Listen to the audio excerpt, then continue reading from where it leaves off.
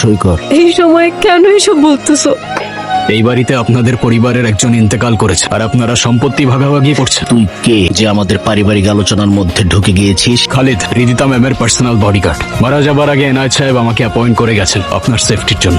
পরবর্তী 3 সপ্তাহ রিদিতা ম্যামের সামনে কে যাবে, কি খাবে, কে কথা বলবে কিংবা কোথায় সাইন করবে সবকিছুই হবে আমার পারমিশন। এটা কি মামার বাড়ির আবদার? বললেই মানতে হবে। হু আর ইউ?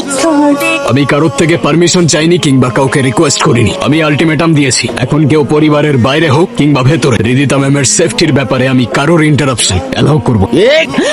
লাশ সামনে রেখে দুনিয়াবি হিসাব নিকাশ শোনার জন্য চরম অসম্মানের। আপনারা সবাই দ্রুত জানাজা ও দাফনের ব্যবস্থা করুন। ম্যাম একটু খেয়ে নে। খাবার এসব নিয়ে যাও। আমার শরীর টিকলো কি না টিকলো তাতে এখন আর কিছুই যায় আসে না। যায় আসে ম্যাম, আপনার শরীর না টিকলে আমার কন্ট্যাক্ট ব্রিচ হবে। আর অসুস্থ কিংবা মৃত ব্যক্তিকে নিরাপত্তা দেওয়ার থেকে সুস্থ ব্যক্তিকে নিরাপত্তা দেওয়া অধিক কার্যকর। আপনি কি মানুষের সাথে এইভাবেই কথা বলেন? আমি তথ্যের ভিত্তিতে কথা বলি ম্যাম। আর তথ্য হচ্ছে আপনার গ্লুকোজ লেভেল কমে গেলে রিফ্লেক্স স্লো হয়ে যাবে। বিপদের সময় আপনি দৌড়াতে পারবেন না। আর এতে আমার কাজের ক্ষতি হবে, তাই আপনার খাওয়া উচিত। তুমি যেভাবে ভাবছো ওইভাবে কিচ্ছু হবে না। এই মেয়ে সাইন করবে না। ওসিয়তনামায় সাইন নেওয়ার সময় তুমি ওকে দেখেছো? তারপর যখন বডিগার্ড না কি আসলো ওকে দেখেছো? একদম চুপ ছিল, যেন সব ফোন দিয়ে আগের থেকে এটে রেখেছে। কালকে যদি মা তুমি আমাকে না থামাতে, আমি এর শেষ দেখে ছাড়তাম। মানে যা করার আপোষে করতে হবে, জোর জবস্তি করে কিছু করা যাবে না। যদি পাড়া প্রতিবেশী আর আত্মীয় স্বজন সন্দেহ করে না, বিরাট একটা ঝামেলা হয়ে যাবে। স্যার, ওদিকে সব ঠিক আছে তো? জি স্যার। শোনো, ও কিন্তু আমার খুব ঘনিষ্ঠ বন্ধুর মেয়ে। তুমি থাকতে ওর যেন কোনো অসুবিধা না হয়। আপনি নিশ্চিন্তে থাকুন, আমার নজরে এড়িয়ে কোনো বিপদ ওনার অব্দি পৌঁছাবে না।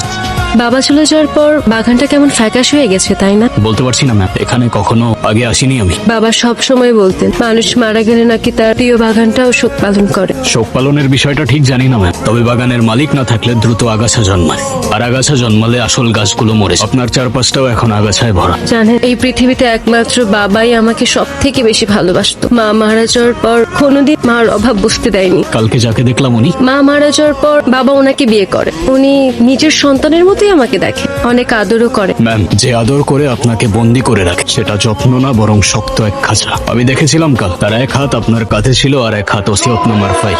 আপনি কি সত্যি বিশ্বাস করেন যে মা আপনাকে ভালোবাসে? সে আপনার বাবার লাশের সামনে সম্পত্তির হিসাব কষতে পারে? তোকে দেখে আমার কলিজাটা ফেটে যাচ্ছে রে মা। তোকে একাই ঘরে থাকতে দেখে আমার বুকটার মধ্যে খা খা করছে। চল না আমার ঘরে চল। তাছাড়া তোর সাথে আমার জরুরি কিছু কথাও আছে। জরুরি কথাগুলো দয়া করে এখানেই শেষ করুন। দেয়াল বদলে গেলে হয়তো আপনার কথাগুলোর অর্থও বদলে যেতে পারে। এটা কি ধরনের বেয়াদব? আমার মেয়ের সাথে আমি একটু সুখ দুঃখের কথা বলবো, সেখানেও তোমার অনুমতি নিতে হবে? সমস্যা নেই খালিদ।